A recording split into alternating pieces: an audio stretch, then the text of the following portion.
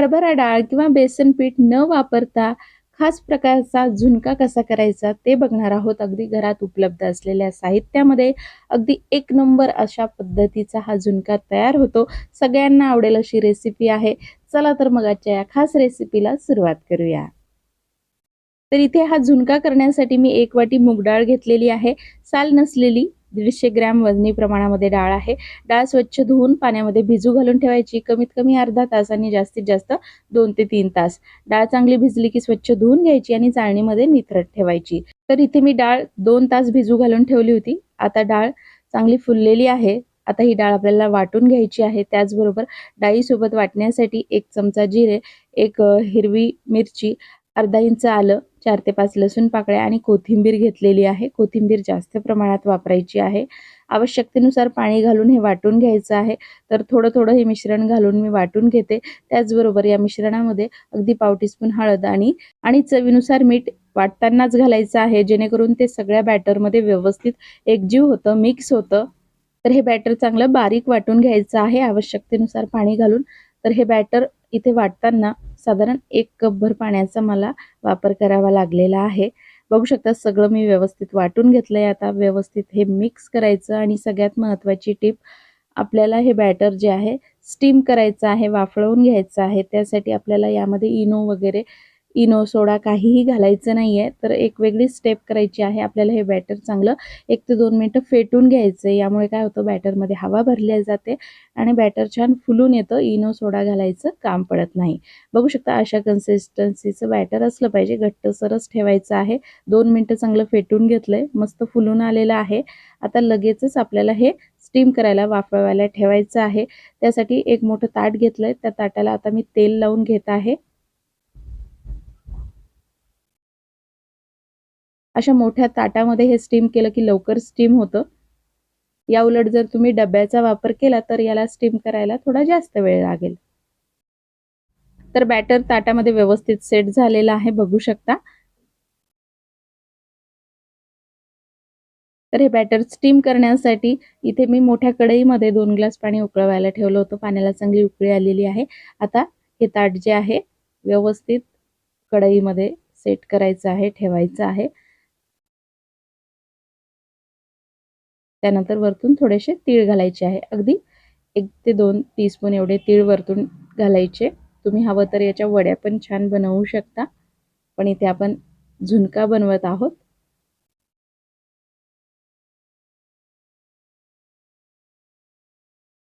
तर अगदी 7 ते 8 मिनिटं हे स्टीम करून घेतलं, कारण मी मोठ्या ताटामध्ये ठेवलं होतं. तुम्ही जर डब्यामध्ये ठेवलं स्टीम करायला तर तुम्हाला 10 ते 15 मिनिटं लागू शकतात.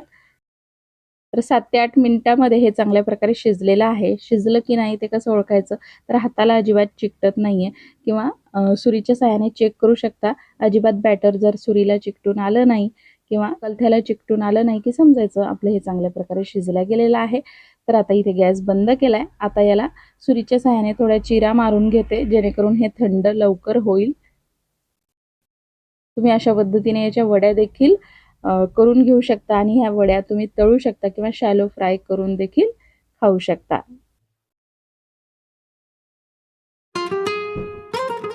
तर बऱ्याच जणांना झुणका किंवा पिठलं खूप आवडतं, पण हरभरा डाळ चालत नाही, कारण ती पचायला जड असते, वाताळ असते म्हणून. तर अशा वेळी तुम्ही नक्कीच अशा पद्धतीचा हा मूग डाळीचा झुणका करू शकता. चवीला अप्रतिम तयार होतो. एकदा नक्की करून बघा. बघू शकता वड्या कट करून ठेवल्या. आता त्या थंड करायला ठेवते. तोपर्यंत आता इथे आपण झुणका करायला घेऊया. तर त्याच कढईमध्ये घालूया 2 ते 3 टेबलस्पून एवढं तेल. या झुणक्यासाठी तेल थोडं जास्त लागतं, तरी देखील तुम्ही तुमच्या आवडीने तेलाचं प्रमाण कमी जास्त करू शकता. तेल गरम झालं की अर्धा टीस्पून मोहरी घालायची आहे. मोहरी चांगली फुलायला लागली की अर्धा टीस्पून जिरे घालायचे आहे. जिरं, मोहरी चांगली फुलली की यामध्ये 1 टीस्पून बारीक कट केलेल्या लसणाच्या पाकळ्या घालायच्या आहेत, जेणेकरून लसणाच्या पाकळ्या अशा पद्धतीने तेलामध्ये छान तळल्या गेल्या की त्याचा सुगंध भाजीमध्ये किंवा झुणक्यामध्ये खूप भारी लागतो. त्यानंतर 2 मोठे कांदे बारीक कट करून घातलेले आहेत. झुणक्यामध्ये एकतर कांदा आणि कोथिंबिरीचं प्रमाण जास्त घातलं की झुणका चवीला अप्रतिम तयार होतो. तर कांदा इथे आपल्याला एकदम लाल रंगावर परतायचा नाहीये, हलकासा गुलाबी रंगावरच परतायचा आहे. इथे मी अर्धा टीस्पून भाजलेली बडीशेप घातलेली आहे. तुमच्याकडे जर कच्ची बडीशेप असेल तर तुम्ही जेव्हा जिरं घालताना त्यावेळीच घालायची.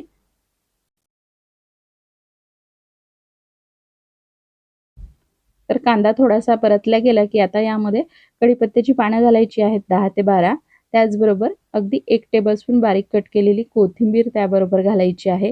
तर मी नेहमी सांगते कुठल्याही भाजीमध्ये किंवा पिठल्यामध्ये, झुणक्यामध्ये जेव्हा आपण फोडणी करत असताना कोथिंबीर घालतो, तेव्हा त्याचा स्वाद पिठल्यामध्ये, झुणक्यामध्ये किंवा कुठल्याही भाजीमध्ये खूप छान उतरतो आणि भाजी चवीला खूप छान लागते.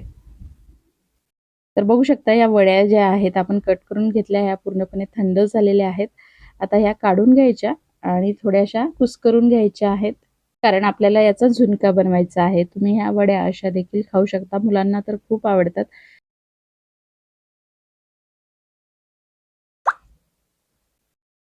तर बघू शकता अजिबात ताटाला वगैरे चिकटत नाहीयेत. सहजरित्या निघून येतात.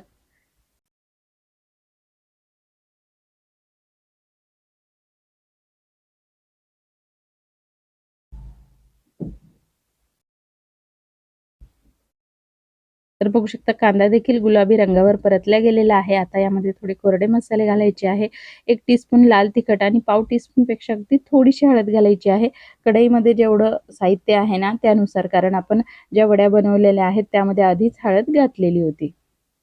फोडणी चांगली तयार झाली. आता या स्टेजला आता तयार केलेल्या या ज्या वड्या आहेत थोड्याशा कुस्करून घेतल्यात त्या घालूयात.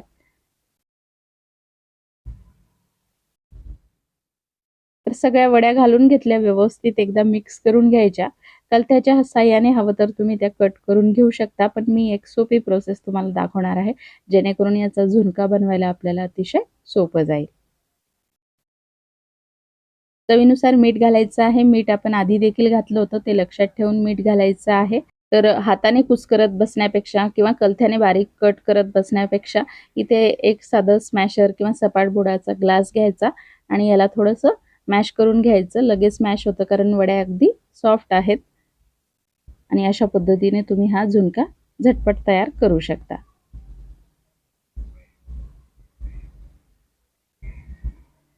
सगळं व्यवस्थित मॅश झालेलं आहे. आता हे मी जे परतत आहे ते अगदी मंद गॅसवर आपल्याला हे परतून घ्यायचं आहे. सगळ्यात शेवटी भरपूर कट केलेली कोथिंबीर घालायची.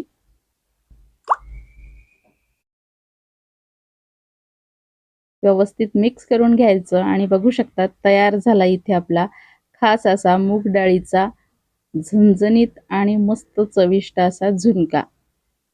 अजिबात कोणी ओळखणार देखील नाही की हा मूग डाळीचा झुणका आहे, बेसन पिठाचा नाही. एकदा नक्की करून बघा, खूप भारी लागतो चवीला आणि पचायला देखील हलका असतो. तर कशी वाटली तुम्हाला आजची माझी रेसिपी हे कमेंटद्वारे नक्की कळवा. तर बघू शकता छान मोकळा-मोकळा झालाय, तरी देखील छान असा ओलसर आहे, सॉफ्ट आहे. भाकरी बरोबर किंवा चपाती बरोबर खायला एक नंबर लागतो. टिफिनला देऊ शकता. तर लहानांबरोबरच मोठ्यांना आवडेल, पचायला हलका असा हा झुणका नक्की करून बघा.